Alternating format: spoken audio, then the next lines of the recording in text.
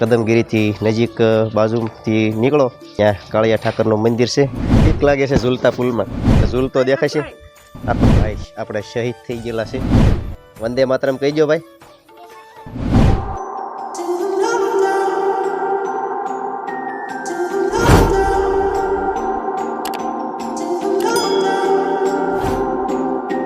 જય માતાજી, જય ગુરુદેવ. મિત્રો કેમ છો? બધા મજામાં છે? તો અમે પણ બધા મજામાં છીએ. તો ફરી એક નવા બ્લોગમાં બધાનું હાર્દિક સ્વાગત છે. તો મિત્રો અમે આવી ગયા છીએ કદમગીરી, અને અહીંયા કદમગીરીથી નજીક બાજુથી નીકળો એટલે રસ્તો આવે.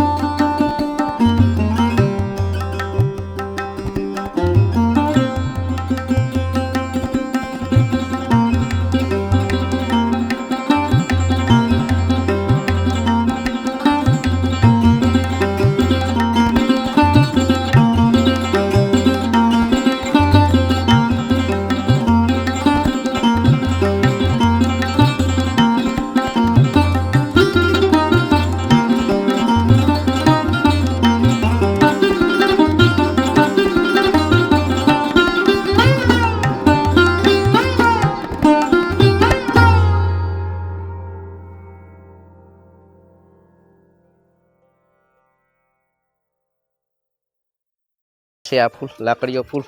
તો આવજો તમે વાણિયા વેજ આટો મારવા. બીક લાગે છે ઝૂલતા પુલમાં. હે આખો હલ્લે છે ને? તો ભાઈ આખો હલ્લે એવો પુલ છે. અમારા ગરનભાઈ જો બીવા મીડ્યા છે. જો કે પુલ આ તમને ઝૂલતો દેખાય છે. આખો ઝૂલતો પુલ છે. એ ભાઈ બીક લાગે એવું છે. કાનભાઈ રાવજો ભાઈ, ડર લાગે. રાવજો ભાઈ, કઈ ઘટના ન બને આમાં ધ્યાન રાખવું પડે આપણે. આ મંદિરની પાછળ મિત્રો આ એક્ઝેક્ટ પવન સક્કા છે. જો પાવર અહીંયા જોરદાર ઉત્પન્ન થાય છે.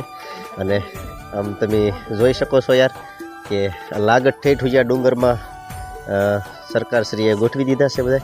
અને અહીંયા માણસો હાલ બહુ જ આવે છે કાળિયા ઠાકરના દર્શન કરવા. અને આ ઝૂલતા પુલની તો અવશ્ય બધા મુલાકાત લેશે અને ભાઈ અમારે રૂલ શૂટ કરવા મળ્યા છે.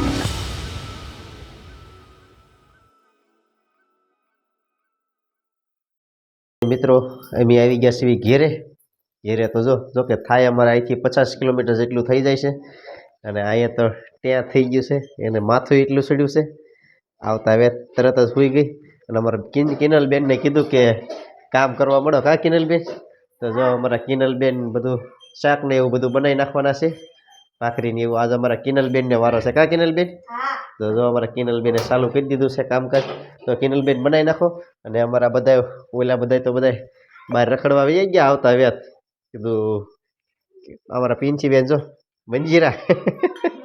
મંજીરા લઈ લીધા ને તો અમારા પિંચીબેનના દાખલામાં સુધારો હતો પણ એ કરવાનો બાકી રહી ગયો કા પિંચીબેન પણ એને હવે 2 દી પછી રાઉન્ડ લેવું અને બસ મિત્રો આ સાથે વિડીયો અહીંયા પૂરો કરવી છે અને અમારી ચેનલ ઉપર પહેલી જ વાર હોય તો ચેનલને લાઇક શેર અને સબસ્ક્રાઈબ કરવાનું ભૂલતા નહીં અને ફેસબુકમાં જોતો તો ફોલો કરી દેજો. હવે મળશું એક નવા બ્લોગ સાથે. ત્યાં સુધી બધાને જય માતાજી.